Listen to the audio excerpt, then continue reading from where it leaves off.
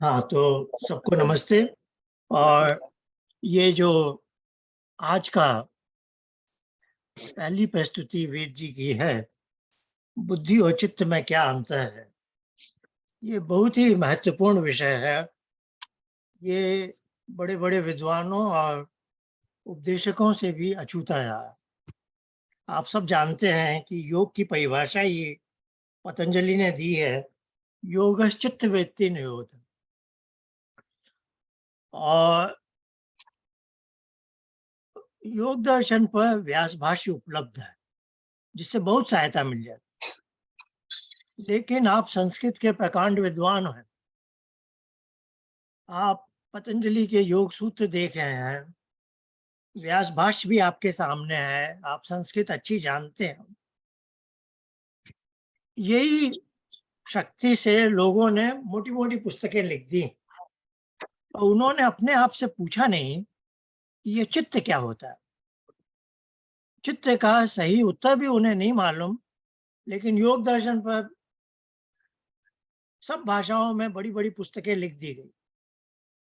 ये पता नहीं कितनी शताब्दियों से ये चल रहा है खेल कि चित्त क्या है ये नहीं मालूम। और आगे की बात, चित्त की वृत्तियां कहाँ से आती हैं, वो हमने देखा कि अहंकार में संस्कार धारण होते हैं, वहां से आती हैं। तो अहंकार को ज्यादातर लोगों ने ईगो कह के अजीब अजीब सी बातें लिखी।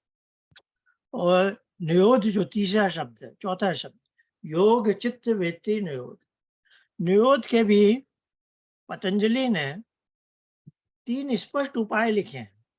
समाधि पाद में योग है, साधन पाद में क्रिया योग से शुरू होता है, और बाद में बोल रहे हैं अष्टांग। आज तो कोई कोई पूछे योग के कितने अंग हैं, सब लोग बोलेंगे 8 है। पर आप ऐसी गलती मत कीजिएगा। आप कहिएगा योग के 2 अंग हैं, अभ्यास और वैराग्य। अच्छा, फिर क्या है, ये कहाँ से हम सुनते आए हैं। फिर आप कहेंगे कि क्रिया योग के 3 अंग हैं, तब स्वाध्याय ईश्वर परिणाम। और तीसरी चीज है अष्टांग योग। अष्टांग योग के 8 अंग, जो सब लोगों को मालूम। पर पतंजलि ने ये 3 प्रेस्क्रिप्शन क्यों दिए। अब इसके लिए बड़ा रहस्य नहीं था, ये पतंजलि ने ही खुद बता दिया और व्यास जी ने भी लिख दिया। पर आपको हैरानी होगी, ये बात भी लोगों को नहीं समझ में आई। जहां अष्टांग योग शुरू हुआ वहीं लिखा है अशुद्धि क्षय। तो इससे हिंट मिल जाता है कि अष्टांग योग से चित्त की अशुद्धि का क्षय होता है। क्रिया योग जहां शुरू हुआ तो लिखे हैं क्लेश तनुकरणात्। क्रिया योग से क्या है, क्लेश कम होते हैं। क्लेश कम होने से क्या होगा, समाधि भावना है, यानी आप समाधि पाद के अधिकारी हो जाएंगे। तो स्पष्ट है 3 श्रेणी के मनुष्य हैं। और व्यास भाष्य में साधन पाद के शुरू में ही लिख दिया कि व्युत्थान चित्त वालों के लिए उपदेश दिया जा रहा है, जबकि जो समाधि भावना वाले उनका उपदेश हो चुका है।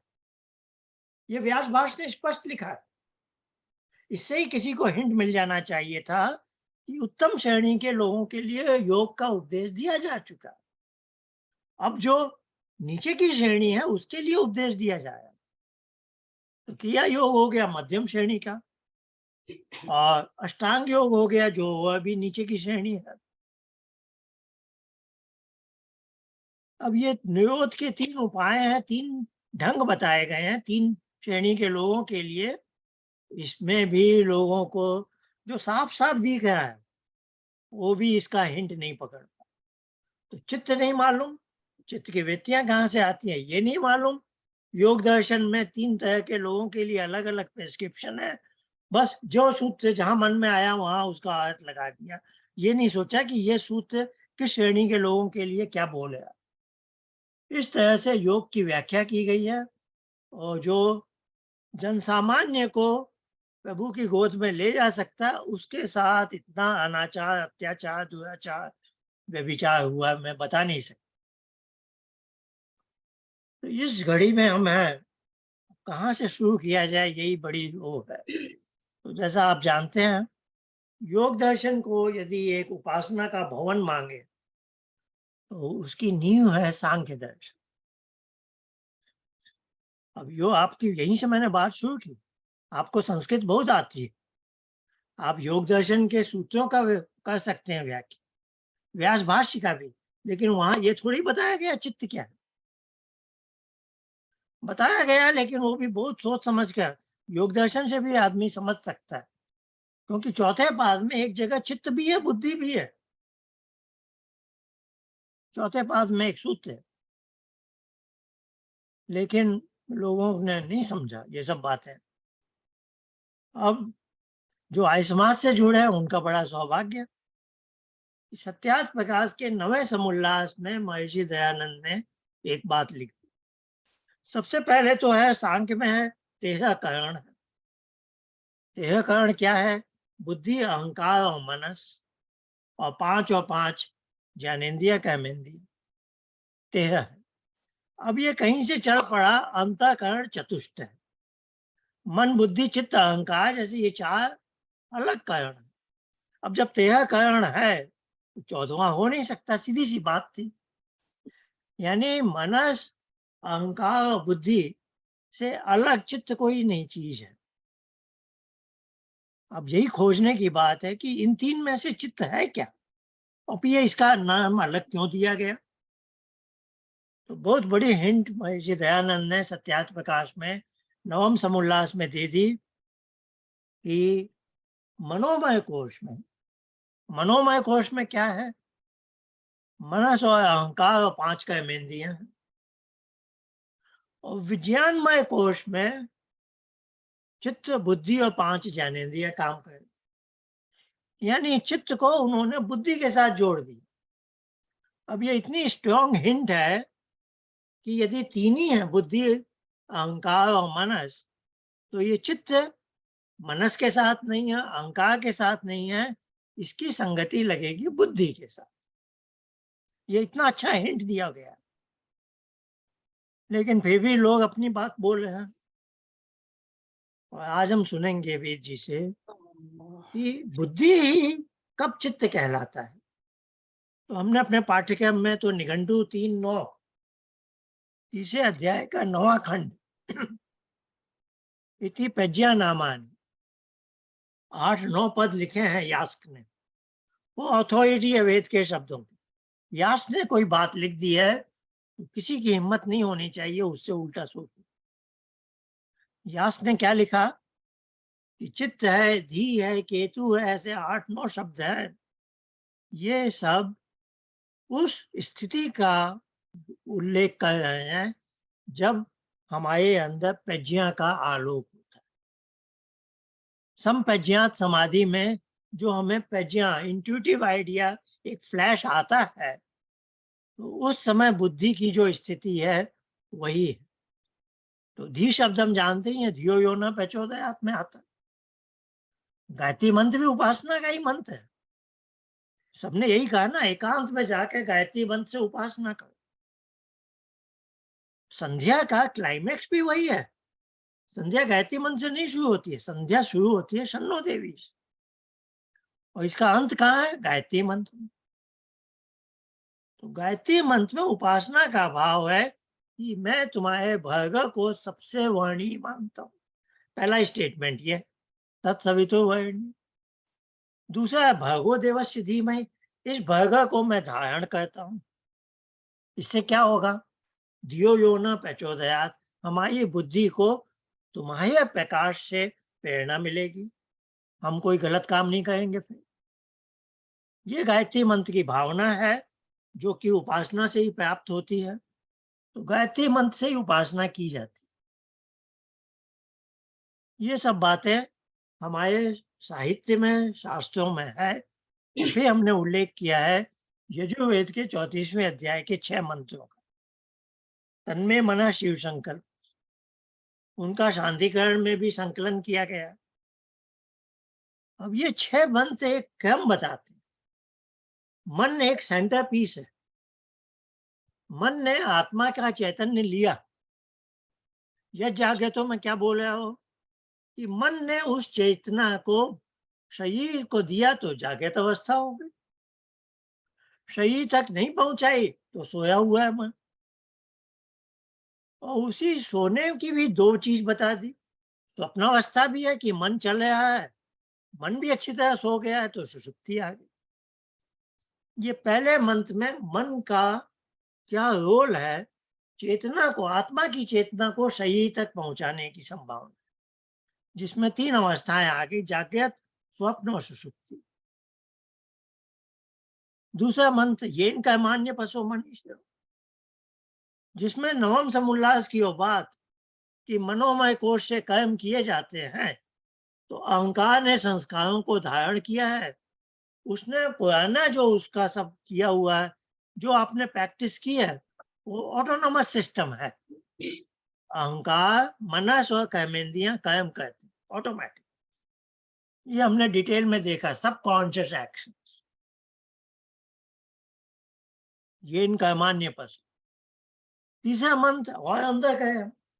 अब हम आए विज्ञानमय कोश। यत प्रज्ञान मुच्छे, तो अब संसार में देखें, इससे ज्ञान प्राप्त हो रहा है। इसमें ज्ञानेन्द्रिय काम कर रही है और बुद्धि भी काम कर रही है। लेकिन यहाँ चित्त डाल दिया। क्यों? क्योंकि बुद्धि अकेले नहीं बता देती कि ये गुलाब का फूल है या गेंदे का फूल है। पहले जो आपने फूल देखे हैं और वो सब आपकी लाइब्रेरी में कैटलॉग करके रखे गए हैं अहंकार में, तो वहां से पुराना डाटा लाना पड़ता है। ये बैकग्राउंड में जो काम हो रहा है, इसको कहते हैं चित्त। बुद्धि तो मिला रही है कि ये जो सामने फूल है, ये पुराना जो मैंने गेंदे का फूल देखा है उससे मेल नहीं खा रहा। पहले जो गुलाब का देखा उससे मेल खाता है, लेकिन वो गुलाबी रंग का था, ये लाल रंग का है, लेकिन हाँ, ये एक लाल गुलाब है। ये बुद्धि कहती है। इसको बोलते हैं डिस्क्रिमिनेशन। संस्कृत शब्द है अध्यवसाय। सांख्य का सूत्र है अध्यवसायो बुद्धि। अवसाय शब्द आप जानते हैं, व्यवसाय आप जानते हैं। अवसाय में फोकस होकर निश्चय कर लेना। तो इसी के हर शब्द बड़े सही होते हैं। अध्यवसाय, अधि उपसर्ग है, यानी अधिपति है, यानी उसकी पूरी अथॉरिटी है। बुद्धि के पास पूरी अथॉरिटी है, उसको किसी की असिस्टेंस नहीं चाहिए यह निश्चय करने में कि यह फूल गुलाब का है या गेंदे का। पर इस निश्चय करने में उसको सहायता चाहिए होती है अहंकार में जो पुरानी डाटा पड़ा है, उसकी जो स्मृति कहते हैं, उसका उपयोग करना।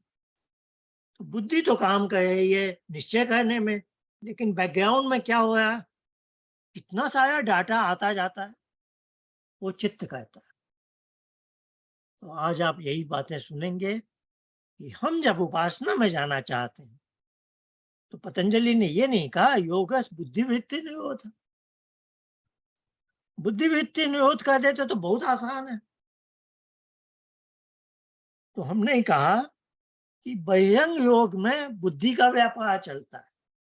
यम नियम आसन प्राणायाम प्रत्याहार, वहां बुद्धि एक्टिव रहती है। निश्चय का काम सोचना, विचारना, चिंतन। अब आप अंतरंग योग में जा रहे हैं, धारणा में, ये एक गेम चेंज हो रहा है। इसमें क्या करना है, बुद्धि के व्यापार सब बंद हो जाने चाहिए। बुद्धि के व्यापार बंद हो गए, अब चित्त आ गया। अब आप कुछ चिंतन विचार में नहीं, लेकिन चित्त पर भी कुछ आता जाता, वृत्तियां आती हैं। चित्त की आदत है कि अहंकार से डाटा लाना। अब वो जो चित्त वृत्तियां हैं उनका निरोध करना है। तो चित्त की भी व्यास जी ने बता दी 5 अवस्था, मूढ़, क्षिप्त, विक्षिप्त, एकाग्र और निरुद्ध अवस्था। तो ये जो 3 अवस्था है, ये तो दुनियादारी की है, 24 घंटे हम चलते। अब जब हम योगाभ्यास करते हैं तो उन्होंने कहा पहले एकाग्र अवस्था लाओ, फिर निरुद्ध अवस्था आएगी। तो एकाग्र अवस्था आ जाए वो है ध्यान, निरुद्ध अवस्था आ गई तो वो है समाधि। सारा खेल इतना आसान है ऋषियों की बात इतनी आसान होती है। महर्षि दयानंद ने लिखा, गोता लगाना और मोती पाना, लेकिन गड़बड़ झाला करने वालों ने सत्यानाश किया हुआ। योग अब कहां से कहां हठ योग पर आ गया है। मेडिटेशन के नाम पर लोग बैठे हैं, उनका शिक्षक भी कुछ बोल है, वो लोग भी सुन रहे हैं, बुद्धि का व्यापार चल रहा है। वो अंतरंग योग धारणा में भी नहीं गए हैं, लेकिन बोल रहे हैं मैंने ध्यान कर। जब बुद्धि का व्यापार आप कुछ सुन रहे हैं, उसका अर्थ लगा रहे हैं, ये बुद्धि का अवसाय चल रहा है, आप तो धारणा में भी नहीं गए, आप तो बहिरंग योग में ही है। तो लाखों करोड़ों लोग मेडिटेशन कर रहे हैं, लेकिन वो धारणा में भी नहीं जा रहे, क्योंकि उन्हें बुद्धि और चित्त का ये सूक्ष्म अंतर नहीं मालूम। चलिए, इतनी लंबी भूमिका दे दी मैंने। आइए वेद जी से अब हम सुनेंगे, उन्होंने वेद जी के बारे में कहना होगा। 2-3 वर्ष पहले का मैं याद करता हूँ, उन्होंने बड़ी कठोर तपस्या की, और मुझे बीच बीच में डर लगता था कि वो थ्योरेटिकल में ही जा रहे हैं। तो नहीं, अब उन्होंने दोनों दिशाओं में कठोर तपस्या की है, दोनों दिशाओं में, थ्योरी और प्रैक्टिस में उनकी उन्नति हो रही है। ईश्वर उनका ऐसे ही कल्याण करता है, हम सबका कल्याण ईश्वर तो यही चाहता है, हम सब सही रास्ते पर चले। आइए वेद।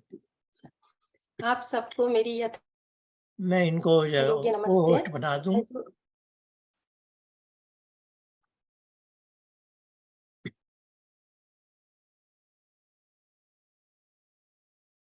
हाँ जी वेद जी।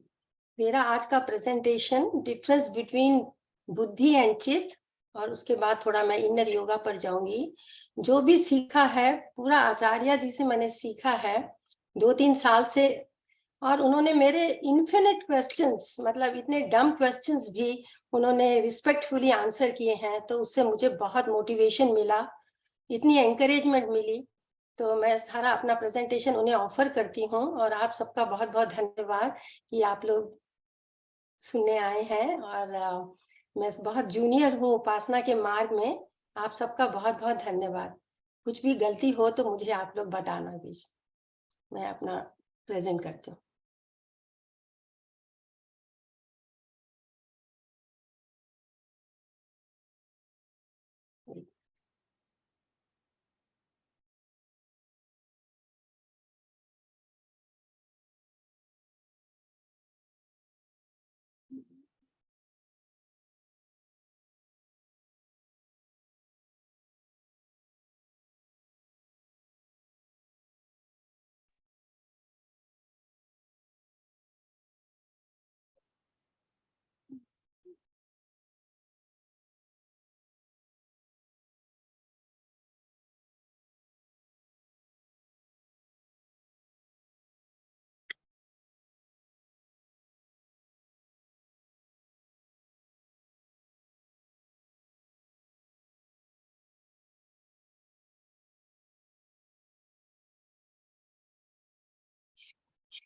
So here I start. So the topic of today is difference between buddhi and chit, and touching upon inner yoga later. So the Vedic narrative of self and mind, the self, which is also called Purush or Atman, is consciousness. And this is enveloped by mind, Antakaran, which is made up of subatomic particles of matter. से आचार्य जी ये मुट्ठी बंद करके बताते हैं, तो ये अंगूठा कॉन्शियसनेस रिप्रेजेंट करता है, और ऊपर की उंगलियां मानो ये माइंड एंड अंतःकरण है। तो outside is made up of matter and inside is all consciousness. अंतःकरण comprises of 3 components. The first is buddhi or intellect, ahankar or storehouse, manas called as linkage. Manas controls, manas and the 5 sense organs and 5 motor organs together are 11 indriyas. Manas controls the sense organs and the motor organs, just like the reins controlling the racing horses in the chariot. And ahankar is the storehouse because it's a reservoir of past and present life, which comprise of gyan, bhog, and karma.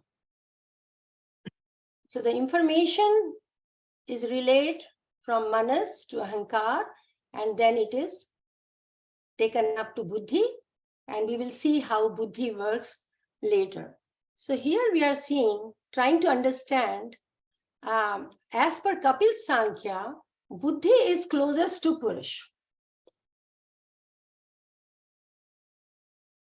We hear Acharya ji always emphasizing that chitta is buddhi. He reiterates that these two terms refer to the same inner instrument. This was very complex for me to begin with, but then I have gradually understood what he's trying to say, that physically chitta and buddhi, they are the same inner instrument. The evidence is primarily based upon Patanjali's Yoga Sutras 1.2 and 1.3, which point to chitta being closest to Purush. So what is closest to Purush cannot be two different things. It is the same thing, but the terminology is different, and we will understand why it is different. So 1.2 sutra is Yoga Chitta Vritti Nirodha. चित्त की वृत्तियों का निरोध, सर्वथा रुक जाना योग है. And 1.3 is तदा द्रष्टुः स्वरूपे वस्थानम. उस समय, किस समय? निरोध के अवस्था में दृष्टा, दृष्टा यानी पुरुष की अपने ही रूप अर्थात चेतन मात्र में स्थिति हो जाना. So both these Patanjali Yoga Sutras are referring to Chit, and Chit is, and pointing that Chit is closest to Purusha.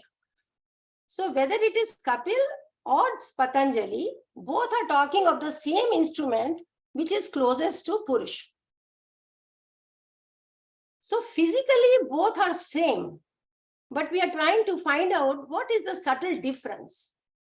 So the subtle difference is in the functionality, that buddhi runs at full potential, which is samarthya, while chitta oscillates at very low potential, which is alpa samarthya. So the same instrument working in different potential, we can say when buddhi is in the idling mode, it is referred to as chitta. So a very nice example he has said, which made me understand the difference between buddhi and chit. So imagine a moving vehicle comes to a halt at the red street light. So the engine is on in either scenario, right? The engine driving a moving vehicle is comparable to buddhi, and the same engine when idling while the vehicle stops is akin to chitta.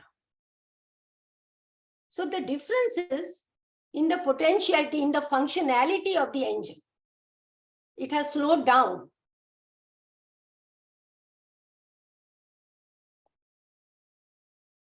So the same engine is buddhi and the same engine is chitta. But when it is not doing that driving function, when it is idling, it is called chitta. Am I clear like what I'm trying to express? Premji?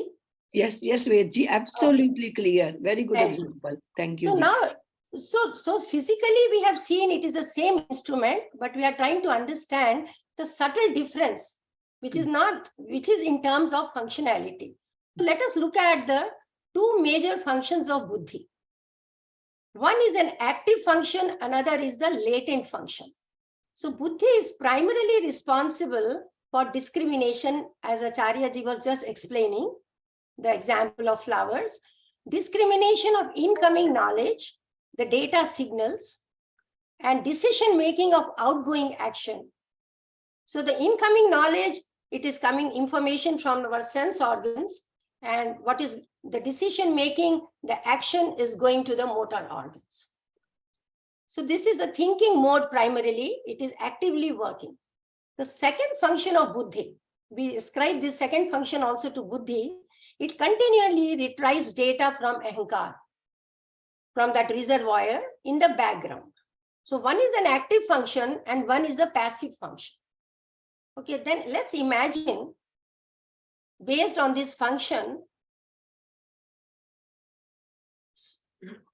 Chitta can be defined as a special functional state of Buddhi when its primary functions, these functions one, the discrimination and the decision making, when these functions are on hold. So just think that it's not doing its number one function, which is the most important function. The raw data is just being displaced without being processed. So it is just doing the number two function, the passive function. Raw data is just displayed without being processed. At this stage, when Buddhi is no longer performing its discrimination and decision-making functions, it can be said that Buddhi has now come down to Chitta level.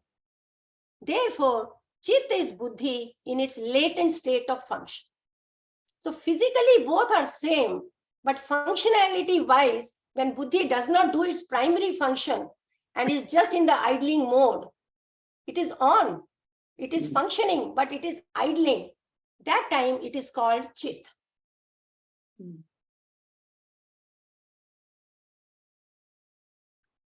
So now we'll go down to the Chitta Vritti Nidodh, having understood the subtle difference between Buddhi and Chit. So Patanjali's yoga is Chitta Vritti Nirodh. When fluctuations of Chitta completely stop, we may be lucky to get immersed into divinity. As per Kapil Sankhya, this blissful state can be equated to Swa mein sthit ho jana. Swa refers to Chaitanya Purush. So when these fluctuations go away, what remains is this. The blissful state can be equated to Swa mein sthit ho jana. Swa refers to Chaitanya Purush. Acharyaji's equation of Chaitanyam is equal to Purusha points to the realization of self. So what are these fluctuations? Sometimes we call it data, sometimes we call information from sensory organs. So these fluctuations here, it's not referring to the function of Buddhi. It's referring here, the fluctuations of the point number 2, which the data coming from Ahankar, from the storehouse. So it is the live data, it can be the playback data.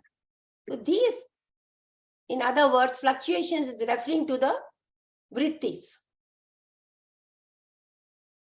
तो जब इनका निरोध हो जाता है तो जैसे एक शांत समुद्र है, उसमें कोई वेव्स नहीं है, कोई रिपल्स नहीं है, तो उसे हम चित्त की तरह रेफर करेंगे.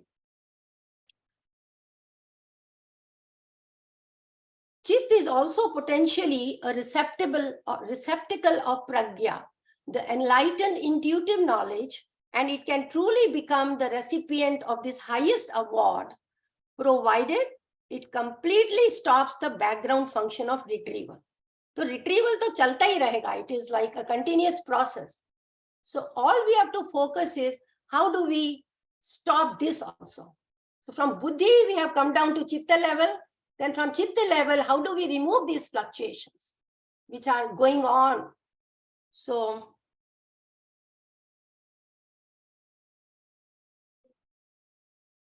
and also there's a point, like we say, Acharya ji says that we never say hamari buddhi prasanna hai. हम usually कहते हैं हमारा चित्त प्रसन्न है. तो जब सब फ्लक्चुएशंस चली जाती हैं, हम शांत हो जाते हैं, तो चित्त प्रसन्न है, ऐसे एक फीलिंग भी आती है. The external feeling. So the outer yoga comprises of asana, pranayama, and pratyahara, withdrawal from the senses. So this is at the buddhi level.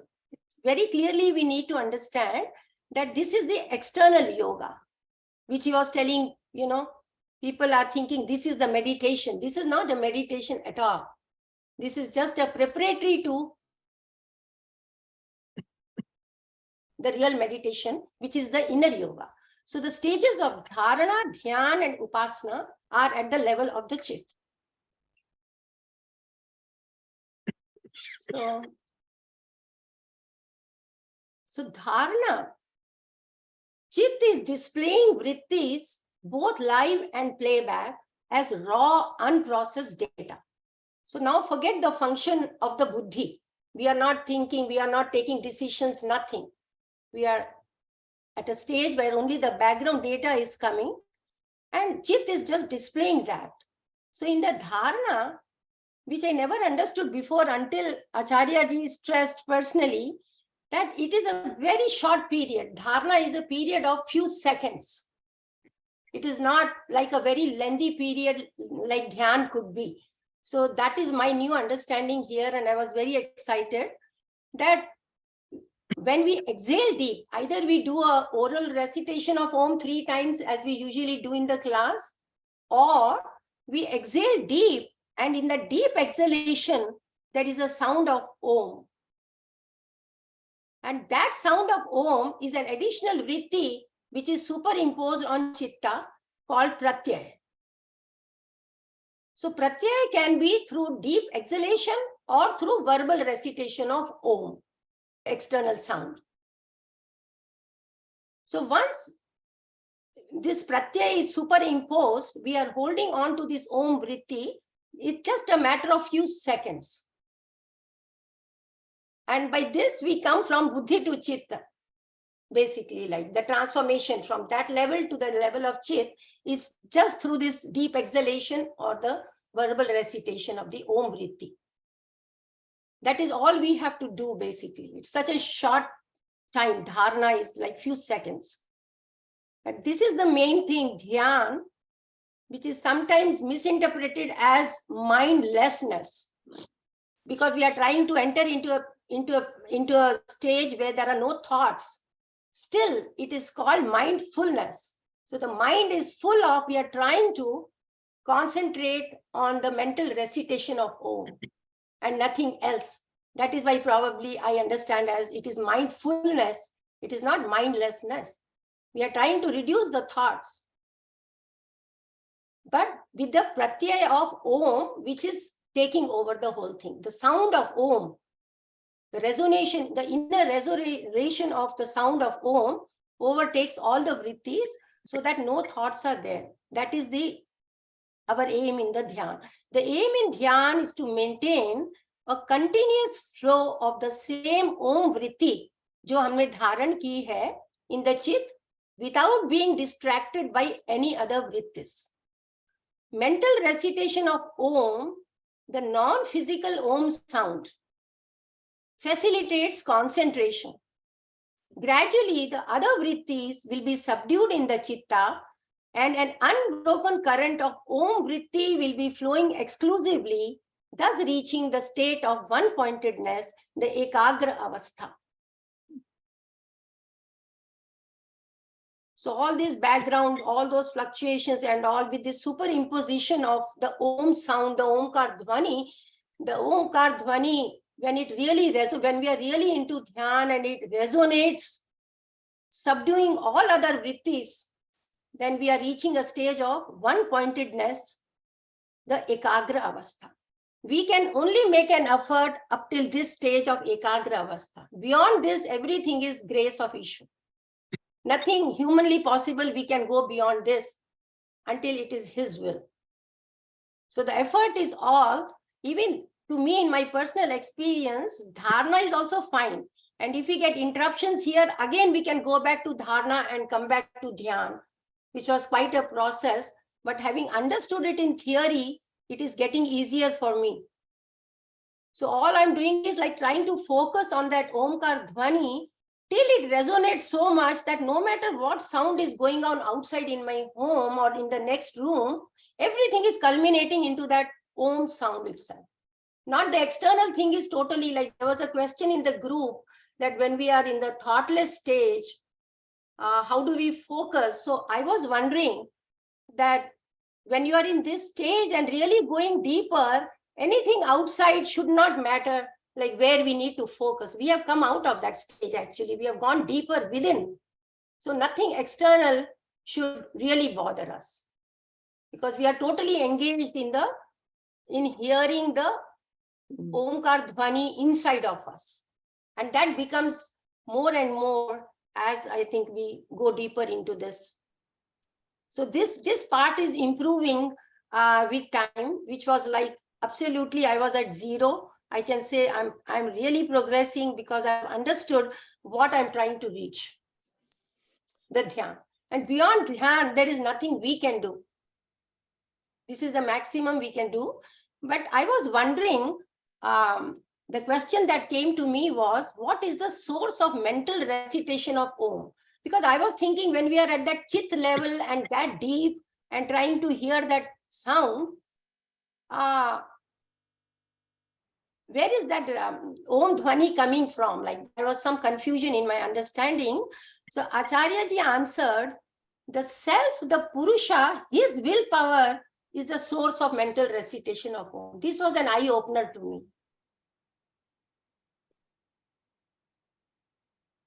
Because I was thinking that how will Chit function? It is, I mean, like we are removing the data, we are trying to get rid of the background thing, retrieval. And what is it that is causing mental recitation of Om also? Like, how are we concentrating? Those kind of doubts I was getting. So he said, it is now coming from the self, the Purusha, his willpower is trying to overtake. Because soon we are trying to go into, he will be taking us to Niruddha Avastha if we are lucky and meritoriously deserving. So his willpower is coming into action. So the final stage, upasanas, which is samadhi or mindlessness, the Om Vritti, this Omkar Dhwani dissolves as mental recitation tapers off into blissful silence. ये Omkar Dhwani भी disappear हो रही है, and a blank state of chitta is reached, which is the Niruddha Avastha by the grace of Ishwar. I have a question, Veji. Can we stop for questions or just continue? No, we can stop definitely. I mean, like, sure. Yeah, if we go back, to the Om recitation. Okay. The way I thought this was a part of dharana, not dhyan. Dhyan is mindlessness, and when you are in dhyan, I mean, you keep going back and forth, so dharana and dhyan, because you cannot, in dhyan, when you cannot get to this chit vritti nirodha, then you go back to dharana, then you recite the Om and go back to dhyan. But this samadhi is attained, when ईश्वर आपकी बुद्धि को जैसे कि अपने में रख लेता है, then it's up to Ishwar to get you in the samadhi. You cannot go in samadhi yourself. Right. So does anybody else agree with me or Acharya ji on this point, on the dharana and dhyan? Like dharana, we are still in dharana when you are doing the Om recitation. Mansik jap. Mansik jap, no, Acharya ji will be able to learn. I understood as this, that when you are into the stage of mental recitation of Om, it is, we are trying to get towards one-pointedness.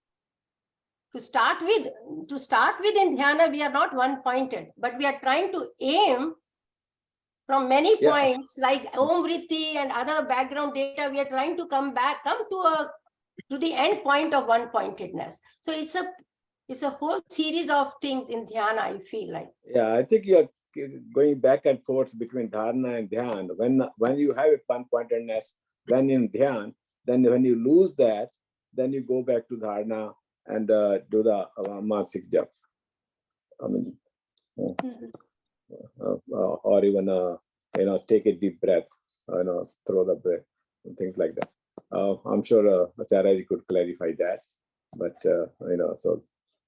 Yeah, I would like to know, like, definitely. यहाँ पर क्या है, it's a matter of semantics. Again, we have talked buddhi and chitta.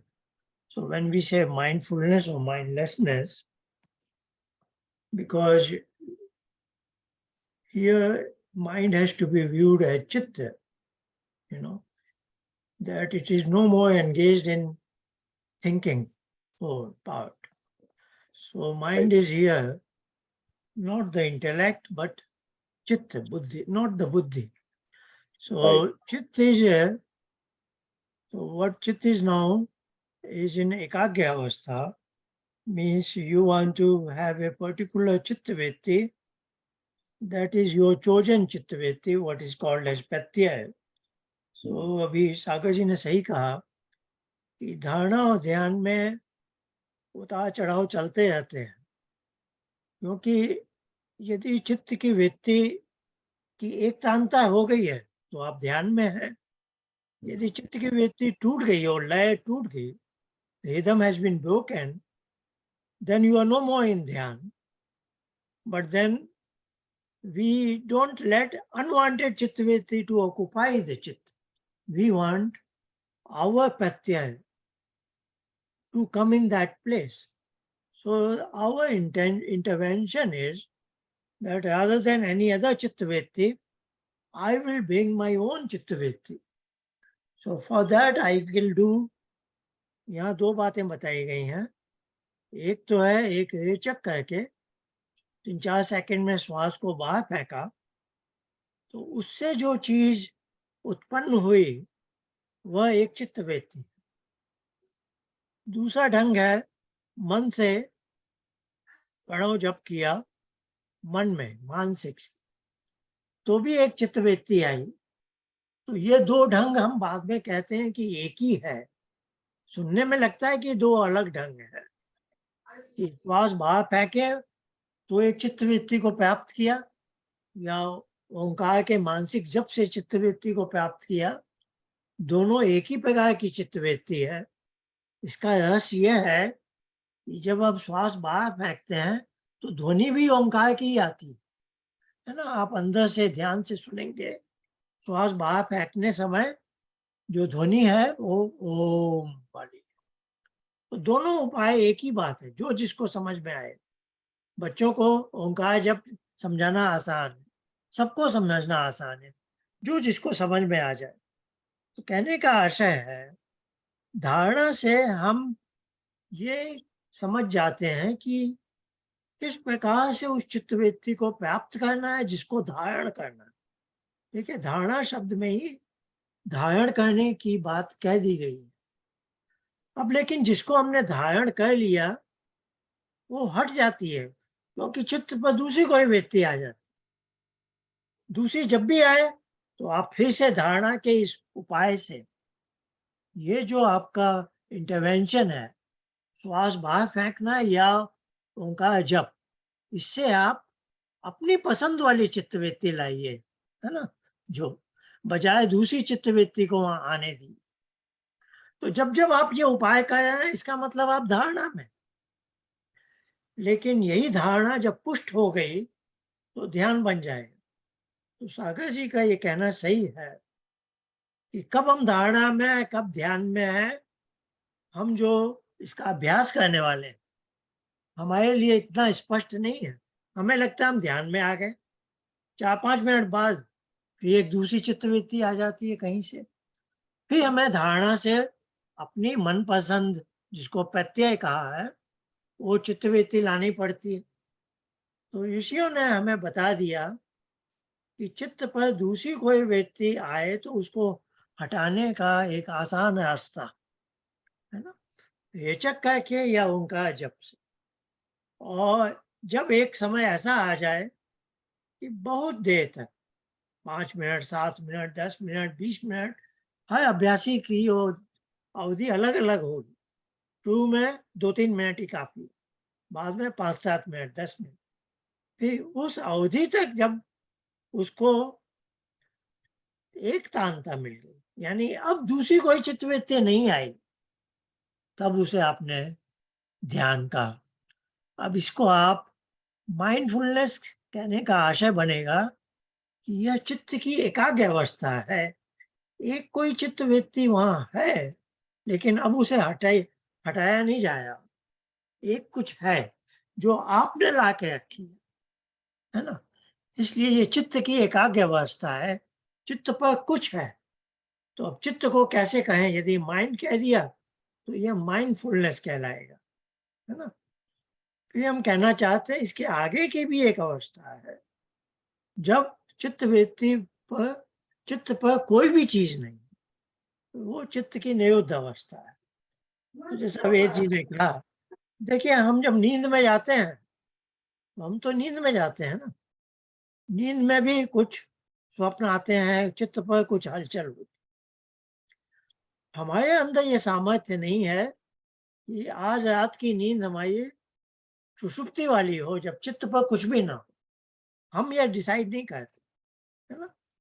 हम तो ज्यादा से ज्यादा नींद में जा सकते, उसके बाद ईश्वर की कृपा है तो हमें सुषुप्ति वाली नींद मिल जाती है। तो वही आशा वेद जी ने कहा, हम अधिक से अधिक चित्त की एकाग्र अवस्था पर जा सकते हैं, ध्यान पर। अब उसको आप माइंडफुलनेस कहें या नहीं कहें, ये बात अलग है। और यदि माइंडफुलनेस कहते हैं तो यहाँ माइंड इंटेलेक्ट बुद्धि वाला माइंड नहीं है, यहाँ माइंड है चित्त वाला माइंड। चित्त पर एक कुछ व्यक्ति है, चित्त की एकाग्र अवस्था। अब ईश्वर ने कृपा से क्या किया कि हमें वो चित्त की निरुद्ध अवस्था में ले गया, जैसे नींद में सुषुप्ति में ले जाता है। तब हमें एक अवस्था मिली, उसको हम कह सकते हैं माइंडलेसनेस, यानी अब वहां चित्त भी नहीं है, अब हम चित्त से अलग हो चुके हैं, है ना। चित्त से डिस्कनेक्ट हो गए। चित्त से डिस्कनेक्ट होने के बाद, चित्त की निरुद्ध अवस्था के बाद, अब जब चित्त खाली पड़ा है, खाली क्लीन स्लेट है, अब ये तो हो गई चित्त से अलग होने की अवस्था। अब उस चित्त पर कुछ प्रज्ञा का आलोक हो गया, संप्रज्ञात योग हो गया। तो ऐसे ऐसे स्टेजेज है ना। चित्त की एकाग्र अवस्था के बाद चित्त की निरुद्ध अवस्था। चित्त की निरुद्ध अवस्था का वेद जी ने कहा, इट बिकम्स अ रेसेप्टेकल। ये जैसे एक बर्तन है जिसमें अब ईश्वर कुछ डाल सकता है ना। तो इस तरह की ये बातें हैं। तो माइंडफुलनेस, माइंडलेसनेस में जो माइंड शब्द है उसको आप बुद्धि में ना समझिए, चित्त समझिए, है ना। वेद जी अब आगे बढ़िए। जी। So the Om Vritti dissolves as mental recitation tapers off into blissful silence, and a blank state of Chit is reached, the Niruddha Avastha, by the grace of Ishwar. The Purush at once dissociates, disconnects from the blank Chitta and leaps, transcends forward to meet the Ishwar. There is simultaneous union of the Purush with the Ishwar. Thus, Upasana aims at union of the individual self, the Atma, with the supreme self, the Paramatma. ये कुछ मैंने reference लिया है. Michael Washburn states that Patanjali distinguishes between dharana, which is effortful focusing of attention, dhyana, which is easy continuous one-pointedness, and samadhi, which is absorption, ecstasy and contemplation. ये मुझे बहुत अच्छा लगा, इसलिए थोड़ा इंक्लूड किया मैंने. Thus Ishwar rewards by merging us in her Ananda Swarup Sagar, the supreme bliss, the Ananda. We are soaked in Sajidananda Swarup Bhav, being with Ishwar directly in complete awareness. Ishwar Pratyaksh. So Samadhi is yoga by Patanjali, is Chitta Vritti Nirodha. So the understanding of Chit is the most essential key factor to proceed. धन्यवाद.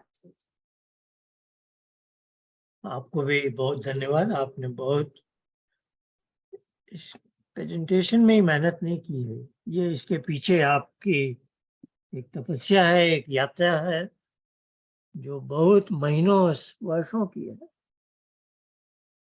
ये आपने आत्मसात किया है और हम सबको इससे प्रेरणा मिलनी चाहिए. आइए, ये बहुत अच्छा प्रसंग था कि हम अगले आइटम में जा सकते हैं. धन्यवाद आचार्य जी. जी, आपको भी. धन्यवाद आपसे आचार्य बहुत जी। सीखा, आपने इतने प्रश्न आंसर करे, I am really grateful to you. With respect and love, you answered every question of mine, and that was the main motivation for me to come to this. And आप सबका सहयोग है, इतने बड़े बड़े सब उपासक हैं सामने, उनके सामने थोड़ा सा मैंने बोलने का प्रयत्न किया. धन्यवाद फॉर दिस अपॉर्चुनिटी. धन्यवाद वेद जी, आपका कमाल कर दिया यार, वेरी गुड। आचार्य जी का है, लाइक जैसे बोलते हैं ना, if the teacher taught, नहीं क्या कहते हैं, if the student did not learn, did the teacher teach? So here the teacher taught so well that a dumb person like me could, it was total new terminology to me, and being a Western practitioner, to understand this Vedic narrative of mind was so tough, because in Western medicine, mind is a function of the brain. It is not a physical entity. तो आज सवेरे मुझे हुआ कि ये मुझे किसी ने, ये अभी मैं शार्लेट जाकर आई हूँ तो गिफ्ट दी थी, ये खाली हो गया, तो मैं देख रही थी कि ये बुद्धि और चित्त का बहुत अच्छा मुझे लगा डेमो, किसी बच्चे को समझाने के लिए कि एक इंस्ट्रूमेंट है, बुद्धि है या चित्त है, पर इसमें सब डेटा प्रोसेस हो रहा है, बिजी लग रहा है, तो ये बुद्धि की लेवल पर है, और जब सिर्फ डेटा डिस्प्ले हो रहा है तो ये चित्त की लेवल पर है.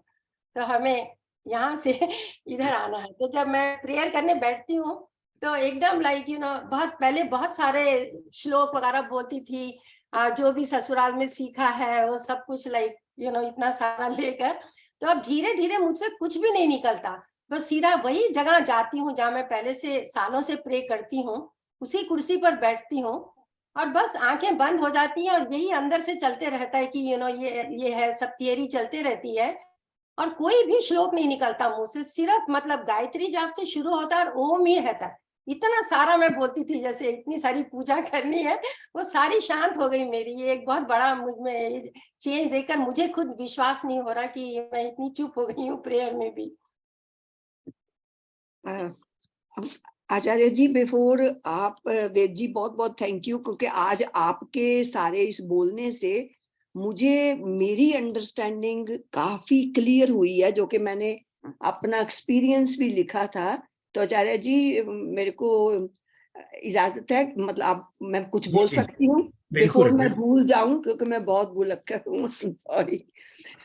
तो आचार्य जी, मैंने उसमें लिखा था अपना एक्सपीरियंस कि अब मेरे को बाहर से काम नहीं आता. जो मुझे ये समझ आई है कि अब मेरी इंटेलेक्ट और बुद्धि तो बिल्कुल उसमें नहीं होती, क्योंकि बहुत रेयरली मैं जनरल किसी डिस्कशन में होती हूँ या बात में होती हूँ. तो मेरे को ज्यादातर, मैंने लिखा भी था वाकई, ज्यादातर मुझे जो चित्त पर आती हैं वो स्मृतियां आती हैं. स्मृति, कोई पुरानी बात आ गई कोई, तो उसको मैं आज समझी कि वो जो डेटा है वो इंटेलेक्ट नहीं है. तो मुझे खुशी भी हुई इस बात की कि कम से कम मैं इस स्टेज पर पहुंची हूँ कि मेरी जो बुद्धि उस टाइम है वो अपने मोड में काम नहीं कर रही है, वो चित्त के मोड में काम कर रही है. तो मुझे ये एक, वेद जी आपके मैं पूरी तरह समझ आई, मैं आपको बता नहीं सकती. आज मैं यही सोच रही थी कि अभी तो यार चित्त से बहुत बहुत आ रहा है, तो कोई प्रोग्रेस नहीं है. पर मैं अब भी, मुझे आज लगा कि उसमें मेरी बुद्धि की मेरे को कोई नहीं आती. ज्यादातर स्मृतियां जो आती हैं वो स्मृति स्मृति वृत्ति की ही स्मृतियां आती हैं, कुछ ना कुछ बुद्धि से आ गया. तो दूसरी बात ये को जो आपने अभी फिर बोला, वो भी बात आज शायद मुझे लगता है मेरे लिए ही था कि मैं भी, अब मैंने उसमें भी लिखा था कि अब मेरी संध्या मेरे से नहीं हो रही अच्छी तरह से. तो मुझे लगता था कि ये क्या है यार, मैं संध्या तो भूल ही जाती हूँ. तो जब मैं एंड में पहुंचती हूँ तो मैं कहती हूँ संध्या तो आज करी नहीं. तो फिर मैं जैसे को कि मेरा घंटा सवा घंटा हो चुका होता है, तो मुझे अब जल्दी होती है अपने टाइम, जो मेरे दिमाग में क्लॉक बना हुआ है कि मैंने सब कुछ इतने बजे तक खत्म करना है. तो मैं फिर जल्दी जल्दी 5-7 मिनट में अपनी संध्या के मंत्र बोल देती हूँ, जो कि मैं पहले अर्थों सहित दिमाग में लाती थी और फिर करती थी उनको, मतलब बड़ी भावना से करती थी. अब वो सारा कुछ रुक के तो मेरा वो मैं बोल ही नहीं सकती. मैं जैसे आप कहते हैं तो मैं खाली सीधा तो चली जाती हूँ मोस्टली, और फिर मेरी काफी अच्छा ओम का रहता है, पर स्मृतियां फिर भी कहीं ना कहीं से कुछ ना कुछ, कभी कुछ सोचना, कभी अपना ही कोई गुनाह सोचने में आ जाता है कि उसके साथ ऐसा किया था. स्मृतियां जो उम्र के आती हैं. तो मुझे आज अच्छा लगा कि मैं थोड़ी सी प्रोग्रेस पे हूँ. आचार्य जी का आशीर्वाद और इनकी गाइडेंस में शायद आगे बढ़ूंगी. तो ये दो बातें जो आपके उसमें थी कि अब कौन से मोड में मेरा चित्त काम कर, मेरे चित्त के मोड में मैं हूँ और बुद्धि के नहीं है, फुल पोटेंशियल में नहीं हूँ, हाफ पोटेंशियल या नो पोटेंशियल में काम कर रही हूँ। तो आज मुझे प्रोग्रेस की उम्मीद लग गई है एक्चुअली। Thank you. नहीं, मैंने जब आपके शब्द पढ़े थे हाँ जी। मुझे भी अच्छा लगा, मैं समझ गया था कि आपकी प्रोग्रेस हुई है काफी। ओके, धन्यवाद। बहुत मुझे भी अच्छा लगा था। और आज से आज विशेष दिन है हमारे लिए। विशेष दिन इसलिए है कि आज से पहली बार एक वर्ष से अधिक हो गया हमारे इस पारिवारिक मिलन को। पहली बार एक ध्यान का अपना अनुभव शेयर करने का भी प्रस्तुति आने वाली है। और अब धीरे धीरे हम चाहते हैं कि वो भी एक परंपरा सी बन जाए। तो हो सकता है प्रेम जी से हम सुनेंगे कि धन्यवाद उनके अपने क्या अनुभव हैं। अच्छा वेद जी, जी ने मैंने थोड़ा तो हिंट मैं दिया। आपसे कुछ क्वेश्चन आप पूछूंगी। सबको एक एक बार अपना, क्योंकि हमें अब 1 सवा साल हो चुका है ना। बातें बहुत बनाई हम लोगों ने। अब मुझे हमें वेद थोड़ा जी ने देखना बहुत होगा मोटिवेशन भी दी थी। जो बातें हम वेद जी बोलते हैं वो हमारे अंदर कहाँ तक पहुंची है। तो सही बात है। ये आज एक अच्छी शुरुआत हो रही है। तो आइए, जैसा हम कहते आए हैं, मैंने 12 मिनट का टाइमर लगाया है, उसको ऑन करता हूँ।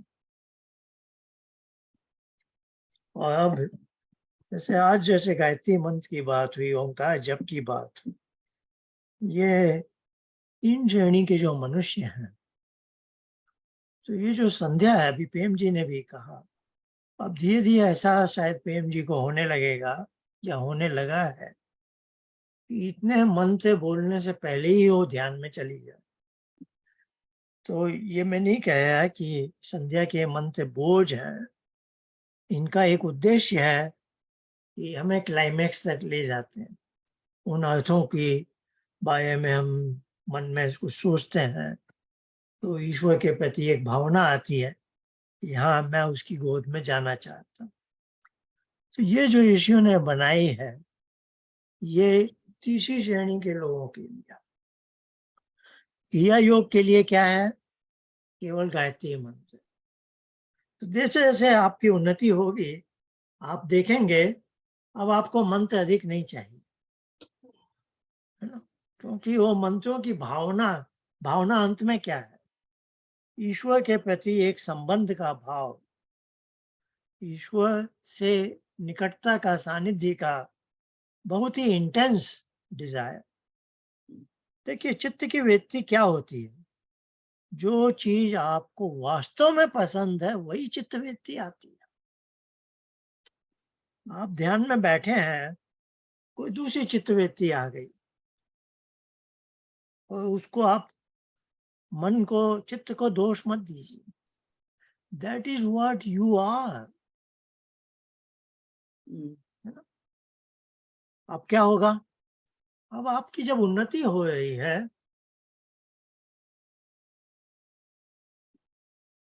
अब आपकी जो उन्नति हो रही है, जैसे हमने कहा ना, धारणा और ध्यान की टसल चल रही। अब ये टसल धीरे धीरे कब जाके खत्म होगी?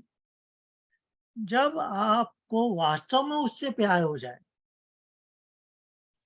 फिर चित्त क्या बोलेगा? अब चित्त को मालूम है स्वामी को और कोई चीज से ज्यादा वो चीज पसंद है, वो अंदर जाना चाहता है, उसे जाने दो। गुफा में उससे मिलने जाना चाहेगा, उस गुहा में रास्ते में बोलते हैं ना, केवल एक ही जा सकता है, दो नहीं जा सकते। चित्त साथ में नहीं जा सकता।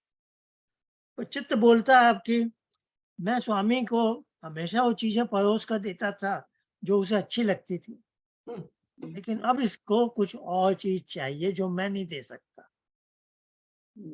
वो भी थक जाएगा, वो समझ जाएगा कि अब इसको केवल वही मिलना है, मेरी कोई चीज से इसको मतलब नहीं। तो उसको कहते हैं आपका उससे बहुत दृढ़ प्रेम हो गया, इसने हो गया, अब चित्त हार मान ले। आप समझ गए ना। तो चित्त वृत्ति तभी आएगी जब चित्त की, in the opinion of your mind, आपको सांसारिक चीज से ज्यादा लगाव है, ईश्वर से कम लगाव। अब जैसे जैसे ईश्वर से लगाव बढ़ रहा है, चित्त अपना खेल दिखाना कम करता है। यही हमारी उन्नति है। अब हम क्या कहना चाहते हैं, ये सारा खेल है, उससे हमारा संबंध क्या है?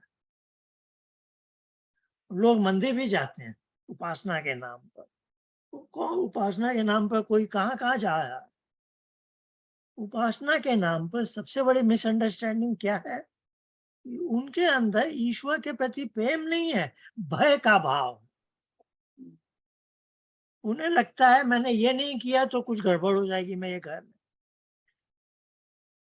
कोई बच्चा माँ से डरता हो तो उसका माँ से अच्छा संबंध नहीं है, उसको अपने माँ से स्नेह प्रेम का संबंध लाना होगा, क्योंकि उसकी माँ तो उसको वही देती है।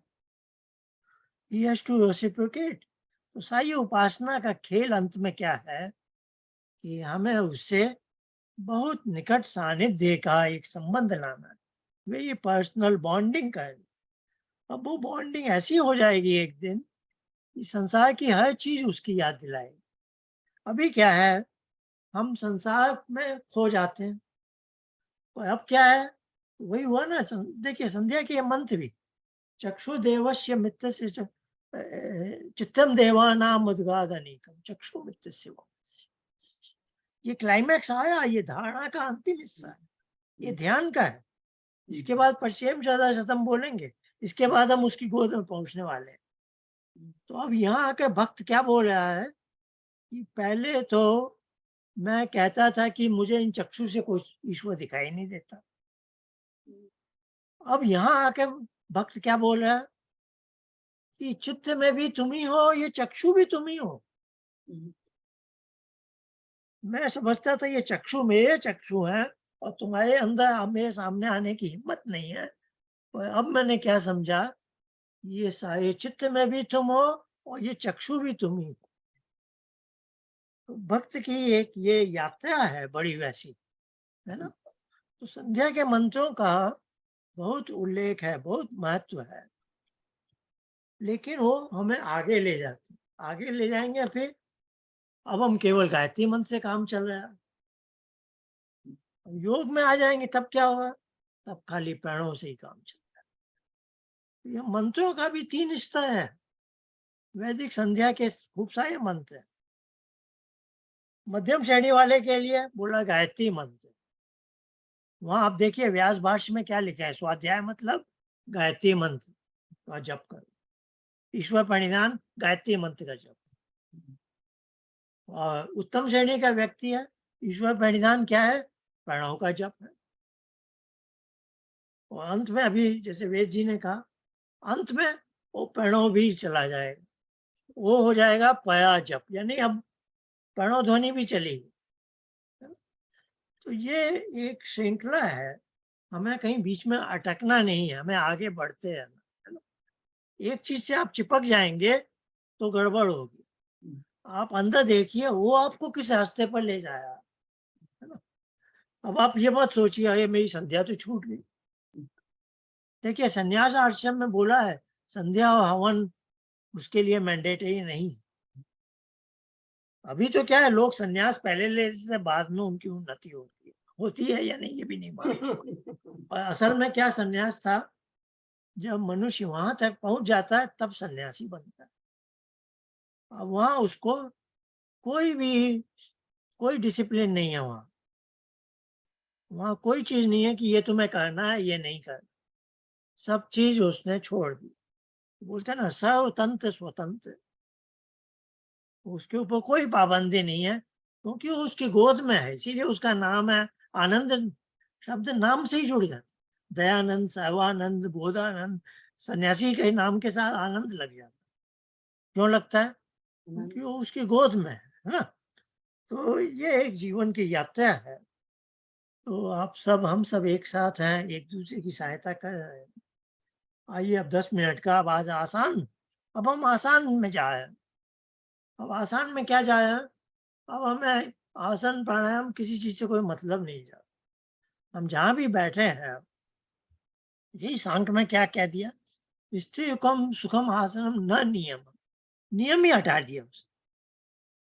उसने कहा हम कुछ सजेस्ट कर सकते हैं, तो कोई हम नियम नहीं बांध रहे। तो वही जैसे हम बैठे हैं वैसे ही अब सीधे अब हमारे अंदर ये मैच्योरिटी आ गई और कॉन्फिडेंस लेवल भी, अब हम सीधे धारणा में जाएंगे। सीधे जैसे पानी में कूदता है सीखने के लिए, स्विमिंग सीखने, वैसे धारणा में जाएंगे। तो आदिवेश जी ने जैसे क्या कहा,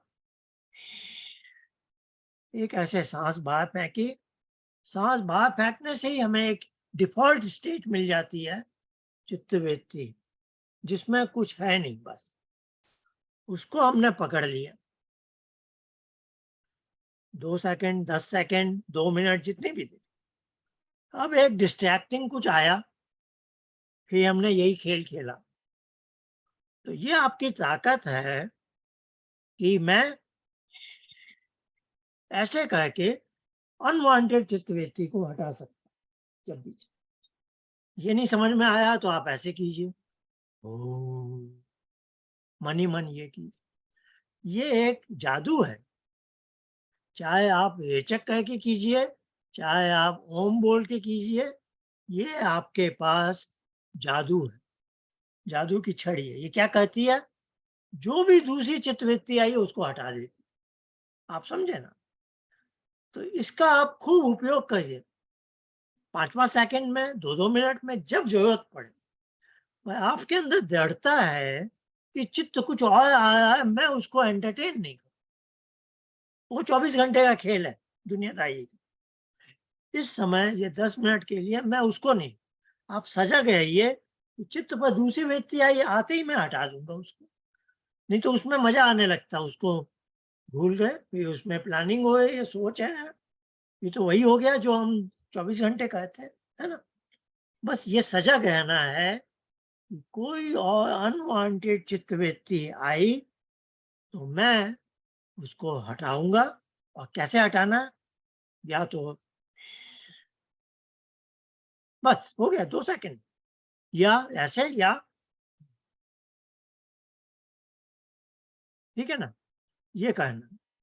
अब मैं 10 मिनट का शुरू कर रहा हूँ। 3 बार ओम कह के हम ऐसे जाए, 3 बार ओंकार का वाचिक जप। फिर उसके बाद हम अपने अपने ढंग से चित्तवृत्ति को हटाने का उपाय करें। आइए, ओम, ओम,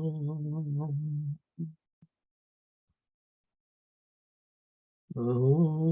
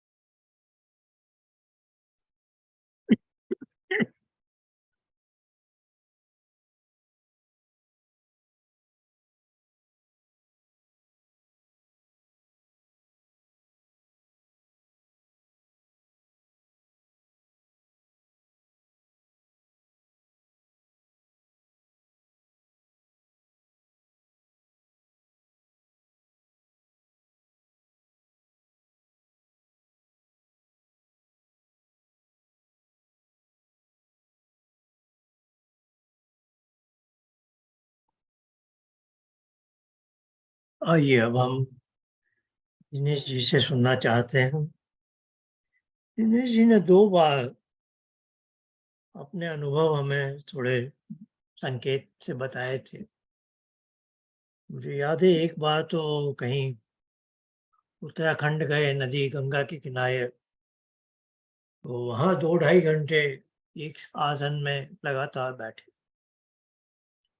और पिछली बार उन्होंने बताया अपने घर में ही गंगा जैसे घर आ गई। अपने घर में ही एक बार 5 घंटे तक बैठे हैं। पत्नी ने उनको, भाई क्या हो गया है, उखाड़ा, उठाया। तो हम उनसे जानना चाहते हैं कि ये जो बातें हम इतनी करते हैं, इसका उन्होंने साक्षात क्या-क्या अनुभव किए, हमसे बताइए। आइए दिनेश जी।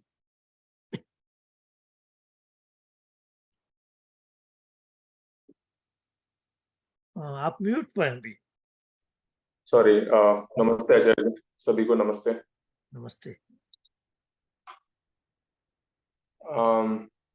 मैं दरअसल अक्टूबर नवंबर टाइम फ्रेम में कुछ शॉर्ट टूर्स पे था, राजस्थान, उत्तर प्रदेश, उत्तराखंड। तो उस समय मानसिक अवकाश ठीक ठाक था। तो पर उससे पहले मैं एक दूसरी बात कहना चाहता हूँ। वो अनुभव भी है और एक प्रिकॉशनरी नोट भी है। जून के महीने में अनिल जी ने पोस्ट डाली थी तज्जप अर्थ भावनम को लेकर। तो उस समय तक थ्योरी क्लासेस में तो वो डिस्कशन हुए थे, लेकिन उस पर मैंने कभी उनके ऊपर ध्यान नहीं दिया था। पर अनिल जी को पोस्ट के बाद में थोड़ा कॉन्शियस हो गया था जप अर्थ और भावना को लेकर, कि ये साथ साथ बन रही है कि नहीं बन रही है। तो उसकी वजह से लगभग 4-5 दिनों तक साधना में थोड़ा सा टसल बना रहा। फिर कुछ निष्कर्ष नहीं निकला उसका कि भावना बन रही है, नहीं बन रही है, बनेगी तो कैसे बनेगी, ठीक कर रहा हूँ या नहीं कर रहा हूँ। कुछ निष्कर्ष उसका नहीं निकल रहा था। 4-5 दिन हो गए। तो मैंने इस विचार को वहीं ड्रॉप कर दिया और वापस साधना में अपने यूजुअल ट्रैक पर आ गया था। अब ये बात मैंने यहाँ पर क्यों कही है, ये इसलिए कही है कि एक पर्टिकुलर एस्पेक्ट पर किसी के विचार सुनकर मैं आंदोलित हो गया था कि मेरे साथ भी ऐसा हो रहा है या नहीं हो रहा है। पर मैं ये नहीं चाहता हूं कि मैं कोई भी व्यक्तिगत बात शेयर करूं तो उसके बाद में कोई भी दूसरा व्यक्ति इस प्रकार की भावना अपने मन में लाए कि मेरे साथ भी ऐसा होना चाहिए या फिर ऐसा नहीं हो रहा है। तो हमको एक थोड़ा सा अपने भीतर एक नोट बनाकर चलना होगा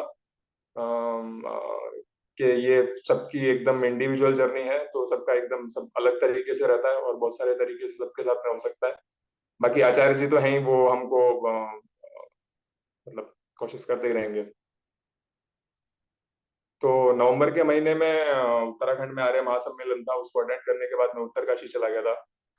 तो उत्तरकाशी से फिर और ऊपर जाने की इच्छा थी गंगोत्री की तरफ, लेकिन उस समय वहां जाना संभव नहीं था। तो उत्तरकाशी और गंगोत्री के बीच में एक स्थान पड़ता है, उसको झाला बोलते हैं, हर्षिल घाटी में हुआ था। तो वहां पे किसी पुराने समय में सन्यासी ने एक छोटा सा आश्रम बनाया था। तो आज के समय वहां पर एक वृद्ध व्यक्ति रहते हैं और उनके एक शिष्य रहते हैं। तो वो तपस्वी सा जीवन व्यतीत कर रहे हैं, तो उनके बारे में वो कोई टिप्पणी नहीं करना चाहता। पर मैंने उनसे स्ट्रेट अवे, जब डिस्कशन उनसे हो रहा था, जाते ही वहां पे वो मिलने के लिए थोड़ा समय दिया था उन्होंने। तो स्ट्रेट अवे मैंने उनसे बुद्धि और चित्त वाला डिस्कशन किया था। पर उनका रेस्पॉन्स वैसा ही मिला जैसे कि अन्यत्र विद्वत जगत में मिलता रहता है। तो उसके बाद में उनसे फिर बहुत ज्यादा डिस्कशन नहीं हुआ था। तो वो लोग शाम को 4 बजे के आसपास भोजन कर लेते हैं। तो हमारे से भी उनका वैसा ही आग्रह था। पर मेरा वो शाम को साधना का समय हो जाता है उसके थोड़ी देर बाद में। पर उनकी व्यवस्था में हमको ढलना था, तो उसमें ढल के फिर रात्रि में ही साधना हो पाई थी। और थोड़ी खटपट थी, पर काम चल गया था। फिर सुबह जल्दी उठ गया, सुबह 2 बार साधना कर ली। पर तृप्ति सी नहीं हुई थी, क्योंकि थोड़ी खटपट सी बनी हुई थी। फिर मैं बाहर निकल कर आया तो मतलब उत्तरकाशी से भी काफी ऊपर है, तो मौसम तो वहाँ बहुत बढ़िया था। बाल्टी में बर्फ हल्की सी जमी हुई थी और तारे तो इतने जितने पहले कभी नहीं देखे थे। एनीवेज, तो मैं नीचे नदी में चला गया, बिल्कुल नदी के किनारे पे ये वो। फिर थोड़ी देर तक थोड़ा नदी के खाली एरिया में रनिंग वनिंग करी ताकि बॉडी थोड़ी गर्म बनी रहे, मुश्किल था। फिर वहां पे बगल में एक शिवालय था, तो मंदिर बना हुआ था छोटा सा। मुझे लगा कि शायद ये वाला स्थान ठीक रहेगा साधना करने के लिए, तो मैंने उनके जो आश्रम के जो सेवक थे उनसे पूछा कि मतलब वहां पे जाकर बैठ सकते हैं क्या। तो उन्होंने कहा कि हाँ, यहाँ पे गांव के लोग कभी कभी आते हैं, ऐसे रेगुलरली नहीं आते हैं, तो आप जाके चाहे तो बैठ सकते हैं। तो मैंने वहां से बिस्तरे विस्तरे लिए और वो मंदिर को साफ करके और उसके अंदर जाकर बैठ गया, दरवाजा बंद कर लिया, खिड़की थोड़ी सी खोल दी। वहां पे अंदर जाके बैठने के बाद में मतलब ध्यान तो ऐसे था जैसे कोई नॉर्मल सी चीज हो ऐसे जैसे साइकिल चला रहे और वापस से आपने जैसे ही चलाना शुरू किया और खट से स्पीड पकड़ ली, तो वैसी स्थिति थी वहां पर। वहां पर जो मुख्य बात जो मेरे साथ में हुई, जो मैं कह सकता हूँ, वो ये है कि बाकी समय में जब ध्यान में होते हैं तो जैसे लोग बोल रहे थे कि कहाँ पर धारणा करनी चाहिए, यहाँ पर करनी चाहिए, यहाँ पर करनी चाहिए, यहाँ पर करनी चाहिए, तो मोस्टली यहाँ से ऊपर ही रहता है। मेरा भी वैसे ही रहता है, लेकिन वो किसी एक पर्टिकुलर जगह पर रहता है। तो या तो वहां ध्यान हो रहा होता है या फिर ओमकार जप के ऊपर ध्यान हो रहा होता है, ध्यान लगा होता है। लेकिन वहां पर एक ऐसी स्थिति बनी कि ये वाला पोर्शन, आईब्रोज से ऊपर का पोर्शन और यहां तक का पोर्शन, ये पूरा का पूरा पोर्शन बिल्कुल एकदम घनीभूत हो गया। बाकी समय में हमेशा किसी सिंगल जगह पर कुछ होता था, लेकिन ये वाला पूरा का पूरा पोर्शन एकाकार हो गया। और उसमें मुझे नहीं पता उसमें ओमकार जब भी चल रहा था या नहीं चल रहा था, लेकिन कुछ यहाँ पर स्टेट बनी हुई थी। अब जो मैं बात बता रहा हूँ वो भी वो लास्ट मोमेंट्स की बता रहा हूँ, बिल्कुल एकदम जब मैं उससे बाहर निकल रहा हूँ, क्योंकि तब मुझे एहसास हुआ कि यहाँ से यहाँ तक का पूरा पोर्शन एक है, सिंगल पोर्शन। उससे पहले मुझे कभी ऐसा नहीं हुआ था। तब मुझे लगा कि शायद मतलब शायद जब भी हो रहा है और भावना भी बनी हुई है, क्योंकि वहां मेरे पास करने के लिए कुछ कुछ बचा ही नहीं रहा था कि मैं कुछ करूं। और ये जो मैं बता रहा हूँ ये मैं भी लास्ट के फ्यू मोमेंट्स का मैं बता सकता हूँ, अदरवाइज उससे पहले क्या था वो मुझे नहीं पता। तो ये बहुत ही बढ़िया सा था और एकदम डिफरेंट था। एग्जैक्टली कैसे उसको कहा जाए वो मुझे नहीं पता, क्योंकि एकत्रीकरण इसका और पूरा एकदम घनीभूत हो जाना वो मैंने पहले कभी उसको एक्सपीरियंस नहीं किया था। पर गलती मुझसे ये होगी, मैं उनको ये कहना भूल गया था कि मुझे उठाइएगा मत तो भोजन के समय पर उन्होंने मुझे आवाज लगा दी और 1.5-2 घंटे बाद उन्होंने मुझे उठा दिया। तो वो लोग ज्यादा रुकने नहीं दे रहे थे, वहां ठंडी का मौसम था तो वापस तो आना ही था। तो वहां से हम उसके बाद में आ गए। फिर कुछ दिन मैं ऋषिकेश में ही रुका रहा। वहां थोड़े से सेशंस लंबे रहे, लेकिन वो एज सच यूजुअल सेशंस ही चलते रहे। फिर वहां से मैं घर वापस आ गया और घर पे वापस आने के बाद में फिर बच्चे कुछ दिनों के लिए गांव चले गए थे, तो मैं और श्रीमती जी अकेले ही थे। तो उसी की वो बात है जब आचार्य जी कह रहे थे कि मैं ऐसे हम दोनों ही थे घर पे, तो मैं बैठ गया सुबह सुबह सुबह की साधना में। मोस्ट प्रोबेबली मैंने शायद वो 1 घंटे वाला अपना यूजुअल टाइमर लगाया होगा, उसको लगाकर बैठ गया। अब बैठा रहा घर में, कुछ हल्की खटपट भी हो रही है, कभी ध्यान उसकी ओर जाता है और उसके बाद फिर तुरंत ही वो ओमकार जप पे आ जाता है। फिर उसके बाद में कभी कुछ खटपट होती है, फिर उधर जाता है, फिर ओमकार जप पे, और वैसा चलता रहा। फिर मैं उठा तो मेरे कंधे पे पुशिंग हो रही थी और बोले कहाँ चले गए हो? मैं कहा, वो तो यहीं पर, मुझे उठाया क्यों?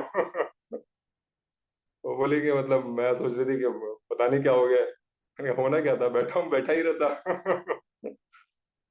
तो वैसे वो चलता रहा। तो मुझे ऐसा लगता है कि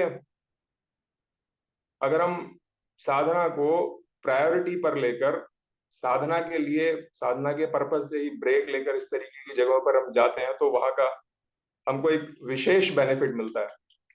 और वो बेनिफिट इतना ज्यादा मिलता है कि अपने normal day to day routine में भी अच्छे प्रकार से साधना कर सकते हैं।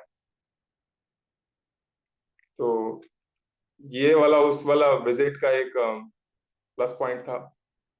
बाकी रेगुलर जो पिछले समय से कुछ साधना चल रही है उस पे मैं ये कहना चाहता हूँ कि जो अहंकार वाला जो एस्पेक्ट है थ्योरी में, जो आचार्य जी ने हमको सिखाया, बुद्धि, अहंकार और मन के जो डिस्कशन चलते रहते हैं। तो अब से कुछ महीनों पहले वैसे तो ये साधना के समय ये चिंतन चलना शुरू हुआ, जैसे कि हम ओमकार जप करते हैं और उसके बाद में फिर कोई दूसरी वृत्ति आ जाती है। वो वृत्ति आ जाती है, वृत्ति आई और आने के तुरंत बाद में वापस ओमकार जप पर लग गया तो ठीक है। लेकिन कई बार क्या है कि वो वृत्ति आती है और वहां से एक श्रृंखला शुरू हो जाती है। तो पहले तो श्रृंखला शुरू होती थी और वो श्रृंखला ही चलती रहती थी, लेकिन सडनली एक ऐसा पॉइंट आया कि ये विचार आया कि ये जो श्रृंखला शुरू हुई है, ये श्रृंखला क्यों जनरेट हो रही है। मेरे मन में एक विचार आया था, सो तो ठीक है, लेकिन उस विचार की वजह से ये जो सिनेरियोज जनरेट हो रहे हैं, सिनेरियोज क्यों जनरेट हो रहे हैं, और ये क्या वैसे ही सिनेरियोज हैं जो कि रियल लाइफ में भी घट सकते थे। ये सब चल रहा है साधना के समय पर। तो उस समय मन में ये विचार आया कि ये जो एक वृत्ति आई, उस वृत्ति के बाद में सिनेरियो जनरेट हुआ, सिनेरियो जनरेट होने शुरू हो गए और फिल्म जैसे चलने लगी। इसका मतलब उस एक वृत्ति की वजह से बुद्धि ने तुरंत ही अपना काम शुरू कर दिया और जो भी कैटालॉगिंग हुई पड़ी थी उसकी वजह से पूरा का पूरा उसने नए सिनेरियो जनरेट करके और एक पिक्चर बनानी शुरू कर दी। तो वहां से बड़ी खुशी की सी बात हुई कि जैसे कहते हैं कि साधना करते करते आपको ऐसा लगने लग जाता है कि अपने भीतर के मन, बुद्धि और चित्त, अहंकार से आपको दिखाई नहीं देने लग जाते हैं। मे बी ये सेल्फ बोस्टिंग के लिए भी हो सकता है, पर ये है कि और दिखना कैसा होगा जब आपको ये लग रहा है कि अच्छा ये कहाँ से आ रहा है, ये कहाँ से आ रहा है, अब ये रोल प्ले कर रहा है, अब ये ऐसा हो रहा है। तो ये अपने सेल्फ बोस्टिंग के लिए कह सकते हैं कि हाँ जी, मेरे भीतर क्या चल रहा है, किस तरीके से चल रहा है, मैं उसको देख पा रहा हूँ। फिर कई बार ये स्टेट उसमें भी बन जाती है दैनिक अपना जीवन में कि अच्छा ये हो रहा है, अच्छा ये ऐसे हो रहा है। अच्छा, उसमें एक दूसरी बात ये भी थी साधना के समय, फिर धीरे धीरे मुझे ये लगने लग गया, उसका फायदा क्या हुआ, उसका फायदा ये हुआ कि अच्छा ये उठा, अब यहां से श्रृंखला बनी। अभी श्रृंखला बन गई क्योंकि अहंकार के अंदर ऐसा ऐसा उसके एट्रीब्यूट्स पड़े हुए हैं। अच्छा अब रुक जाओ, ये एट्रीब्यूट्स पुराने हैं, अब ये एट्रीब्यूट्स मुझे नहीं चाहिए। किसी समय में मुझे एट्रीब्यूट्स पसंद हो सकते हैं, अब मुझे ये पसंद नहीं है। इतना बोला और वहां से आगे निकल गए। कुछ समय तक ये चलता रहा, लेकिन फिर मुझे लगा कि ये साधना की कंटिन्यूटी में ये जो सेल्फ सजेशन है ये भी शायद कहीं ना कहीं अटकाव भी उत्पन्न करेंगे, तो इसलिए मैंने इसको पूरा ही ड्रॉप कर दिया और वहां से फिर मैंने इसको छोड़ दिया। जब भी वो ये सब विचार आते हैं उसको छोड़ के तुरंत वापस ओमकार जब भी, और उसको भी छोड़ दिया, अब आगे बढ़ गया। मैंने कहा ठीक है, इसको भी जान लिया, अब आगे बढ़ जाओ। तो एक ये वाली बात है। दूसरा एक चीज, ये जो ओमकार के जप से हम जो धारणा बनाते हैं उसके अभी तक मुझे दो तरीके से बनती हुई वो दिखाई देती है अपने साथ में। पहला तो ये कि मैं ओमकार जप कर रहा हूं और उसके साथ में कुछ ईश्वर का चिंतन करने का प्रयास कर रहा हूं। जब मैं ऐसा करता हूं तो वो सारे इस पोर्शन में हो रहा होता है। सारे इन द सेंस घनीभूत वाली सेंस फीलिंग नहीं होती है जो वहां झाला में उत्तरकाशी के ऊपर हो रही थी, लेकिन वो सारे पोर्शन में ऐसा लग रहा है कि हाँ मुझे कुछ हो रहा है, मैं कुछ यहां से कुछ कर रहा हूं। ये एक तरीका हुआ। दूसरा तरीका क्या है कि अगर मैंने ओमकार के जप को थोड़ा सा स्ट्रेस देकर बहुत ही ध्यान के साथ में किया है कि ओ से शुरू ले होकर म तक मैंने उसको छोड़ा नहीं है, उस केस में क्या होता है कि जैसे ही म हुआ वहां से अब फिर से शुरू हो जाता है, फिर से शुरू हो जाता है, फिर से शुरू हो जाता है। और ऐसा लगता है कि जैसे आप एक ओम के अंदर दूसरा ओम, दूसरे के अंदर दूसरा, दूसरे के अंदर दूसरा।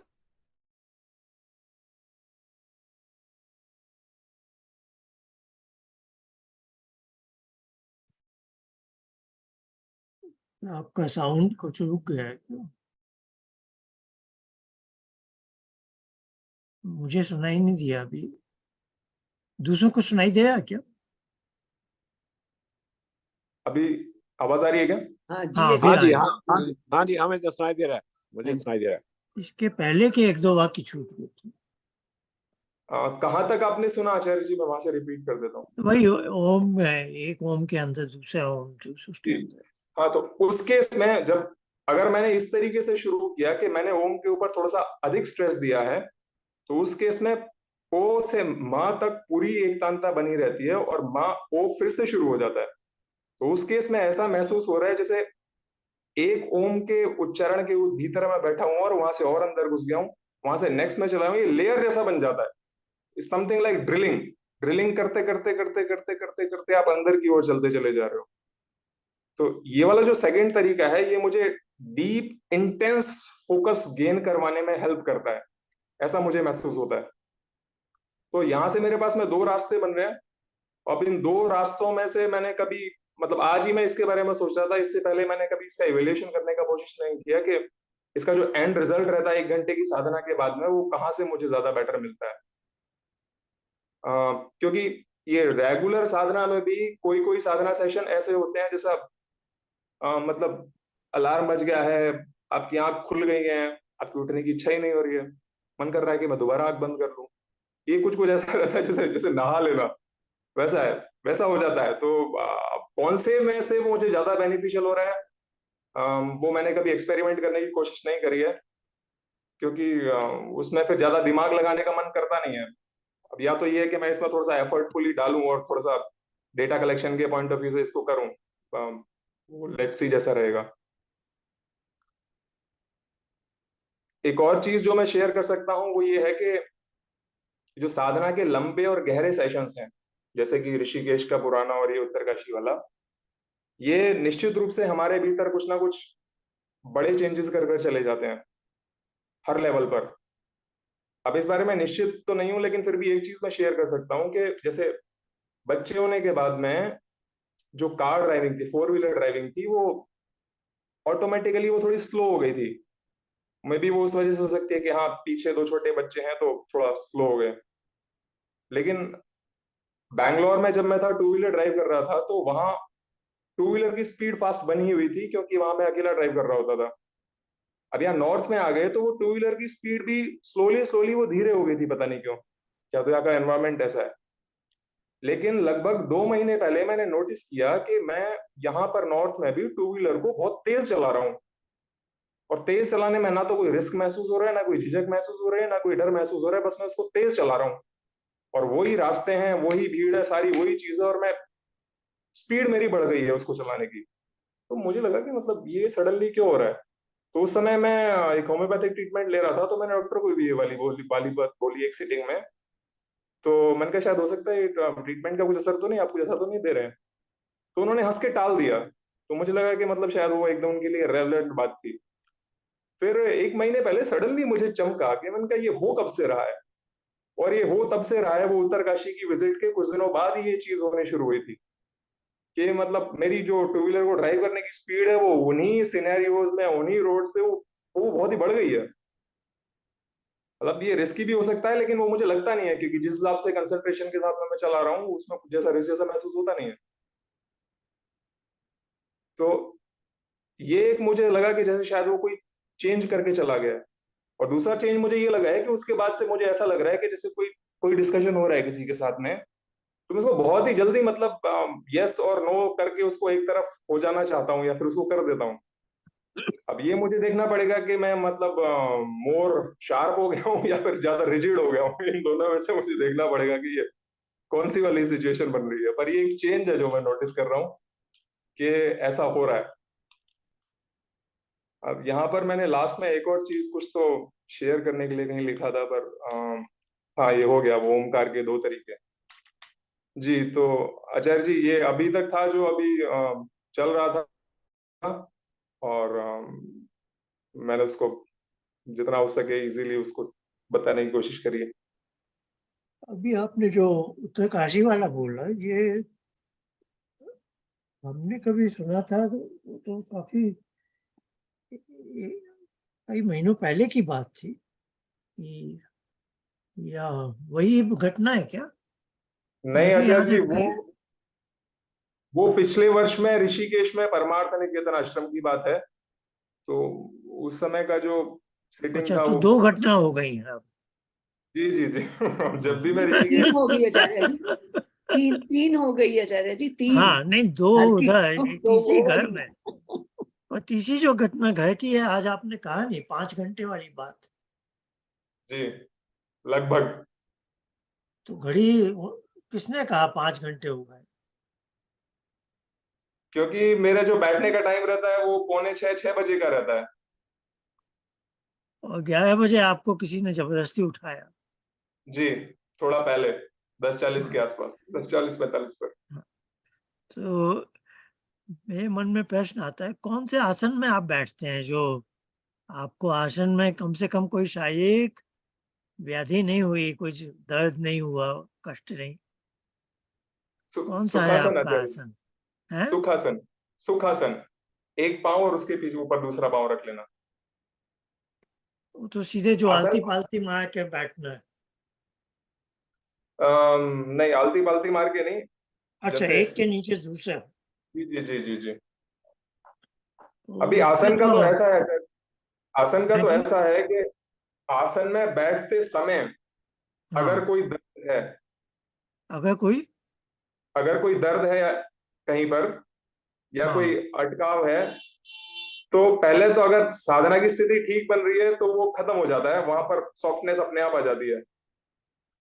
और हाँ अगर बाई चांस पीठ में झुकाव है या गर्दन में झुकाव है तो थोड़ी देर बाद कुछ कुछ होता है, खटखट खटखट करके सब हाँ, सीधा थोड़ी होता देर चला बाद जाता है। अंदर से ही कुछ सिग्नल तो आता है कि जी एडजस्टमेंट कर लें। जी और वो एडजस्टमेंट करने से थोड़ा लाभ भी है। और मैं जानना चाह रहा था कि लंबी अवधि में बैठने पर भी कोई कष्ट या व्यवधान नहीं आता, नहीं है? आपको नहीं जी आया ऐसा। कुछ? जी चलिए, ये भी अच्छी बात है। ऐसे आसन की परिभाषा पतंजलि ने यही दी है कि आसन सज जाए तो अनंत समापत्तिभ्याम लिखा है। एक लेकिन है, दो पद हैं, दो पद हैं। एक है कि प्रयत्न शैथिल्यात्, कि आसन में बैठने में ऐसा नहीं हो कि जैसे कुछ जबरदस्ती की जा रही है, सिस्टम बड़ा शिथिल है। ऐसे नहीं है कि आपने कुछ जबरदस्ती की हुई है।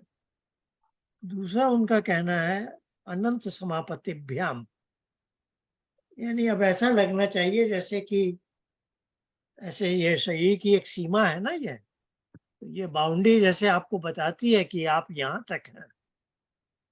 और आसन अच्छा लग गया है तो जैसे आप अनंत में हैं। अब शरीर की सीमा का आपको भान नहीं। तो आसन अच्छा लगना बहुत अच्छी बात है, क्योंकि एक ये बड़ा फैक्टर होता है ना, लंबी अवधि तक अभ्यास करना हो तो। जी चलिए, बहुत अच्छा लगा, आपने अपने वैसे अनुभव भी बताए कि उस समय चित्त की क्या क्या गति है। और प्रणव जप के भी आपने दो, कि जैसे कि वह जपी आपको जप में ले जाया। बड़ा अच्छा जी वर्णन है। हमें अब हमारे इस समूह में ये चीज शुरू होनी चाहिए। सब अपने अपने अनुभव बताएं, इससे एक दूसरे को लाभ होगा, है ना?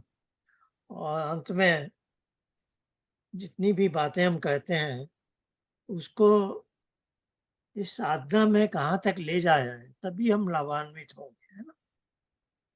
तो इस क्रम को हम आगे बढ़ाना चाहते हैं। चलिए, आज काफी समय हो गया। किसी के पास कोई प्रश्न वैसा है तो ले लेते हैं, नहीं तो आज का सत्र समाप्त करते हैं। नमस्ते आचार्य जी। हाँ हमने जी। एक प्रत्यय शब्द का प्रयोग किया उस प्रणव के मानसिक जप में। तो क्या ये प्रत्यय वो व्याकरण वाला प्रत्यय से कैसे भिन्न है, या ये प्रत्यय का शब्द मुझे थोड़ा सा वो कर रहा है? ये पतंजलि का शब्द है, सांख्य में नहीं है लेकिन योग दर्शन में है। तीसरे अध्याय का दूसरा सूत्र है, जो तीसरे अध्याय का पहला धारणा वाला है, देश बंधस चित्तस्य धारणा। दूसरा सूत्र धारणा के बाद ध्यान के लिए वो लिखते हैं, तत्व यानी धारणा में प्रत्यय एक तानता ध्यानम। अब धारणा में जो चित्तवृत्ति को आपने धारण किया है वो धारणा है। अब उसकी एक तानता हो गई है तो ध्यान हो गया।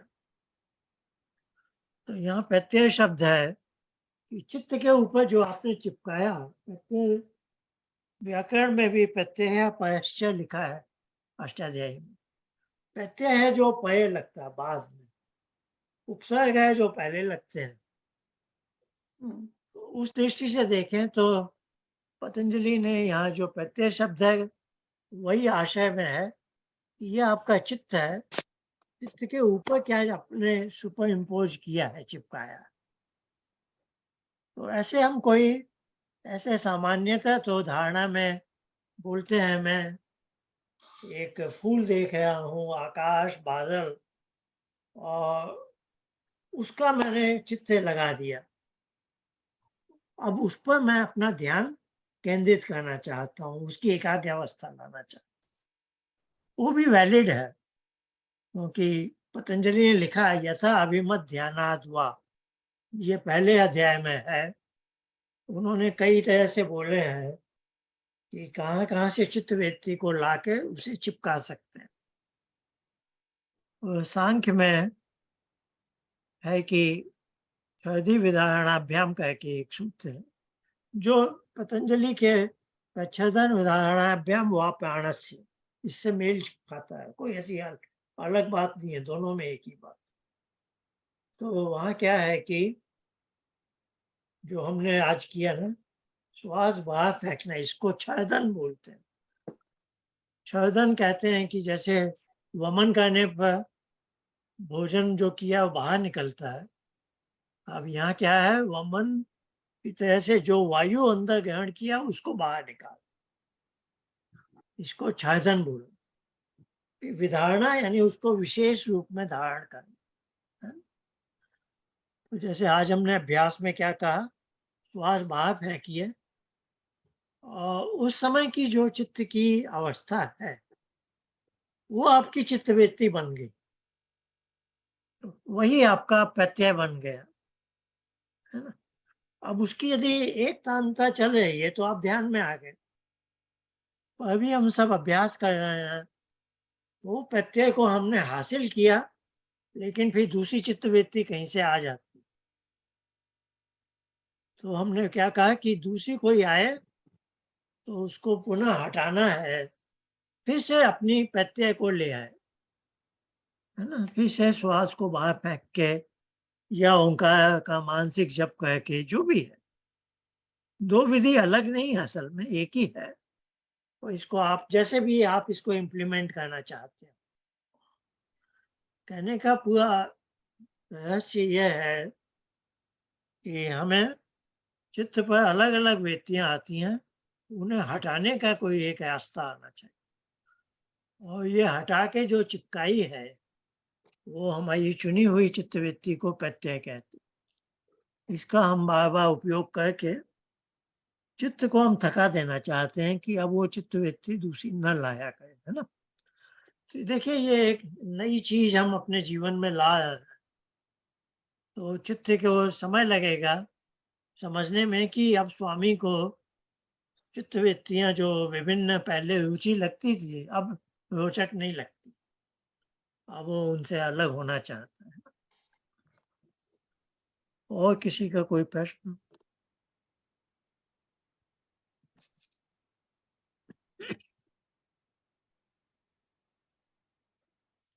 चलिए, बहुत अच्छा है। अब अगले महीने मिलेंगे। हमारे पास कुछ ज्यादा ये नहीं है कि अगले महीने हम क्या चर्चा करेंगे, इतने आइटम नहीं आते हैं। तो अब आप लोगों को देखना है, दोनों चीज आनी चाहिए। थ्योरी भी आ सकती है, थ्योरेटिकल व्यू पॉइंट भी आप लाइए, जो आपके प्रश्न चल रहे हैं या जो भी आपने पढ़ा है, जो भी है। दूसरा, आपके जैसे आप सबने देखा, जो आज हम बैठे हैं इतने, ध्यान में किसी किसी की कुछ कुछ दिशा में कोई उन्नति हो रही है, तो आप उसको थोड़ा अपने शब्दों में वर्णन कीजिए। दूसरे भी अपने से मेल खाते हैं ना, कि हाँ मेरे साथ ऐसा होता है, इनके साथ ऐसा होता है, तो इससे एक दूसरे का सुनकर हमें लाभ होगा, है ना। तो मुझे बता दीजिए अभी अगले महीने हम फिर मिलेंगे तो क्या हमारे विषय आएंगे। चलिए, बहुत धन्यवाद आप सबको, फिर हम मिलेंगे अगले महीने। धन्यवाद बोस, नमस्ते। होली आचार्य की जी, शुभकामनाएं आप सबको। नमस्ते, धन्यवाद होली आप का सबको। त्योहार है, अभी सबको होली की शुभ। शायद कल या परसों ही है। तो प्रणाम आचार्य जी। होली की कल है जो भावना है वो सब सुख शांति ईश्वर की कृपा से हमें मिलती है। और happy women's day as well. धन्यवाद। Yes, women's day. धन्यवाद। धन्यवाद आचार्य जी।